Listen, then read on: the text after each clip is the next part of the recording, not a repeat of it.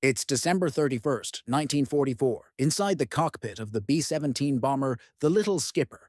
Second Lieutenant Glenn Rojohn sits at the controls, with his co-pilot, Second Lieutenant William Leek, by his side. Their mission: to strike oil refineries in Hamburg, Germany. As they close in on their target, enemy flak bursts violently beneath them, explosions lighting up the sky. The air around them turns into chaos. From their altitude, the crew watches helplessly as one B-17 after another is blown apart in the skies ahead. When the flak reaches its fiercest, Rojohn spots a smoke marker above the docks, the signal to release their payload. Open bomb bay doors. All remaining B-17s in the formation obey the command. The sky erupts with even heavier fire, more intense than any of the pilots have ever faced. In the lead formation, a bomber named Fools Rush In takes a direct hit, shattering at its center. It veers uncontrollably to the right, colliding midair with another B-17, Cramps Tramps. The impact tears Cramps Tramps in half, both aircraft spiraling down in flames. Rojohn and Leek stare in disbelief, sure that no one could have survived such a crash. But miraculously, they spot movement. 3 parachutes from each doomed plane bloom against the smoke-filled sky. 3, 4. I count 6 shoots. Navigator, log it. Shoving his shock aside, Rojohn radios his bombardier, Sergeant James Shirley. Confirm when the bombs are away.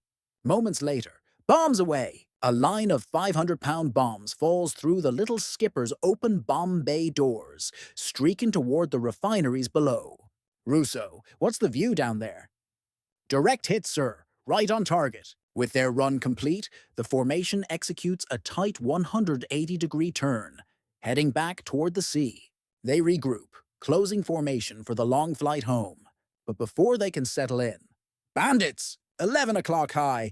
Around 50 German fighters surge toward them, racing in from the sun. The first to engage are the new jet-powered Me-262s, slicing through the formation with incredible speed. One darts past overhead, its Mk-108 cannons blazing, then dives away in a gleaming arc, too fast for the gunners to track. Hot on their heels, Bf-109s and FW-190s swoop in from every direction, attacking like a swarm of hornets. On Rojohn's right, Faithful Forever, already battered by flak, takes another devastating hit. Its pilot, Second Lieutenant Leo Ross, radios through the static. Faithful Forever going down. Ross somehow steadies his crippled aircraft, leveling out at 5,000 feet, and miraculously, every crew member bails out safely. Back in the main formation, chaos reigns. The Germans tear through the weakened bombers mercilessly, just as hope begins to fade. Big group, 8 o'clock high. Out of the sunlight appear American P-51 Mustangs, roaring in to protect their comrades. It's fighter cover. Thank God! The sight of the American P-51s lifts every heart in the sky. The German interceptors, realizing they're outmatched, break off the attack and vanish into the clouds. Confident that the immediate danger has passed, the P-51s peel away to assist other B-17 formations further ahead. P-51s are moving on to help the forts up front. Stay sharp, boys! Rojohn and the remaining bombers continue on, a battered cluster of aircraft limping toward the coast. We're almost over the sea. Hang in there, everyone! They near the northwest edge of Hamburg, but once again, the sky flashes with black bursts. The Luftwaffe's flak guns have found them. The bombers push through the barrage, their planes shaking violently, before finally clearing the coastline and reaching open water. The air over the sea is rough, so turbulent that the B-17s struggle to maintain formation. Then the dreaded words echo through the intercom. Bandits, 11 o'clock. Seconds later, bandits, 1 o'clock high. A fresh swarm of German fighters, launched from Bremen and Oldenburg, streaks toward the crippled formation.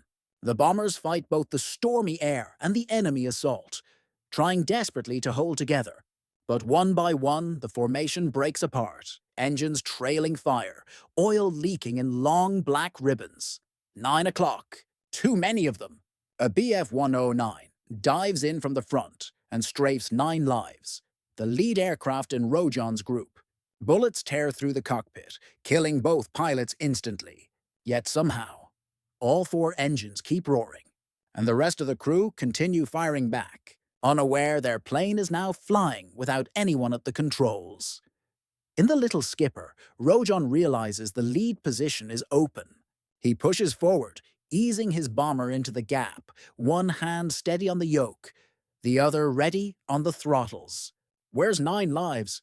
Anyone have eyes on McNabb? He doesn't know that McNabb and Vaughn, 9 lives pilots, lie motionless in their seats, the bomber drifting upward at a slow climb from the pull of their lifeless hands.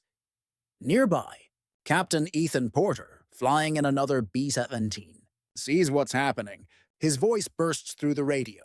"McNabb, pull up, you're about to hit. Look out!" But the warning comes too late. At 12:44, the little skipper lurches violently upward as the 2 bombers collide. The impact jolts Rojohn's hand off the throttles and slams Leek's knees into the control column. What in God's name was that? "Pilot to crew, report! Top turret, waist gunners, what just happened?" Rojohn and Leek fight to regain control, checking their hydraulics and electrical systems, trying to make sense of the chaos. All systems are still functioning, but Rojohn and Leek are losing control of their fortress. Holy hell, you're not gonna believe this! Rojohn glances to his left, then back over his shoulder and freezes. We're sitting on top of another fort. 9 lives has smashed directly into the little skipper midair. Its nose has punched straight through the aluminum belly of Rojohn's bomber, locking the 2 aircraft together in a horrific embrace. "Good grief, Glenn," Leek mutters in disbelief. "We're stuck together, like dragonflies mating." Down below, in the ball turret of 9 lives, Staff Sergeant Edward Woodall Jr. is surrounded by splintered metal and debris from the collision. With his power systems dead, he grabs the manual hand crank, praying the lever doesn't snap as he turns it inch by inch. Agonizingly, the guns rotate downward until he can crawl backward out of the shattered turret and into the fuselage. Inside 9 lives, the damage is catastrophic. Twisted beams, torn wires, and jagged metal everywhere. Woodall scans the wreckage and realizes the grim truth. Corporal Joe Russo, the ball turret gunner from the little skipper, is trapped beneath them. Russo's turret has been rammed down through the top of 9 lives, wedged tight in a crush of mangled steel. There's no way out. Through the cracked plexiglass, Woodall sees Russo pressing his palms together. "Hail Mary, full of grace, the Lord is with thee." The intercom aboard the little skipper still carries Russo's faint, trembling voice. "Blessed art thou amongst women, and blessed is the fruit of thy womb, Jesus." Co-pilot Bill Leek listens in silence, his heart breaking. Later he would recall, "I couldn't help him. I felt like I was intruding on a man's private moment with God." As Russo continues his final prayer, "Pray for us sinners, now and at the hour of our death. Amen." Leek quietly removes his headset, giving Russo the solitude he deserves. Bill, stay with me! Pull up!" Rojohn shouts, trying to snap his co-pilot back to the present. Meanwhile, 9 lives' number 1 engine bursts into flames. Controlling 2 interlocked bombers becomes a brutal struggle. Rojohn and Leek press their boots against the instrument panel, heaving back on the yoke, their muscles straining. "Come on! Level out!" Rojohn guns the little skipper's engines, jerking the controls, trying to shake the planes apart. "Keep pulling, Bill! Come on!" But nothing works. The 2 fortresses remain fused together, losing altitude fast, locked in a deadly descent toward the North Sea. Damn it! The fire's spreading across our wing. We've got to shut the engines and try to turn her, Bill. Rojohn knows that ditching into the sea would mean certain death. The only chance for survival is to steer the tangled bombers back toward land so the crew can bail out. "We need to get over. Land. Only then can they jump," he says through gritted teeth. He's not sure the 2 locked planes can be maneuvered at all, but he has to try. "All right. Slowly now." He throttles the little skipper's engines back to idle. With astonishing skill and teamwork, Rojohn and Leek coax the two fused B-17s into a slow, wide turn. It's working! Leek shouts. The massive, burning aircraft groan and shudder, but inch by inch they pivot toward the German coast. The pilots catch sight of land through the haze, and for a fleeting moment, hope. Then Rojohn notices the fire crawling across the left wing, the flames licking closer. The heat radiates through the fuselage. He can feel it on his face through the thin aluminum skin. As they near the shoreline, the German flak batteries open up once again. Explosions blossom around them, and suddenly, fireworks! Leek gasps. It's not flak this time. The 50 caliber ammunition in the burning wing is cooking off, the bullets shooting wildly in every direction. Rojohn and Leek lock eyes. No words needed. The end feels close. The horizon is rising fast. Rojohn grabs the intercom. We're nearly over land. Everyone get ready to bail. He pauses, then adds, use the tail door. Go through the back. The tail exit lies directly in the path of the flames that now engulf both 9 lives and the little skipper. But there's no other escape. In the waist section, crewmen Elkin, Neuhaus, and Little are desperately trying to free Russo from his trapped turret. They can still hear him praying softly through the intercom. They pull, wrench, and pound at the twisted metal, but it doesn't budge. Elkin would later recall, it just wouldn't move. There was no way out for that brave man. Inside the turret, Russo continues his prayer. Hail Mary, full of grace, pray for us sinners, now and at the hour of our death. Amen. The 3 men exchange one last look. Then, with heavy hearts, they leap through the flames into open air.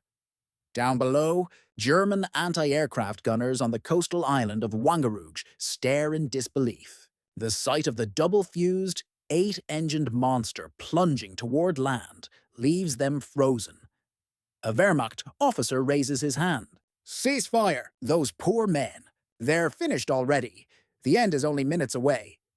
Rojohn glances at his co-pilot. Bill, you've got to jump.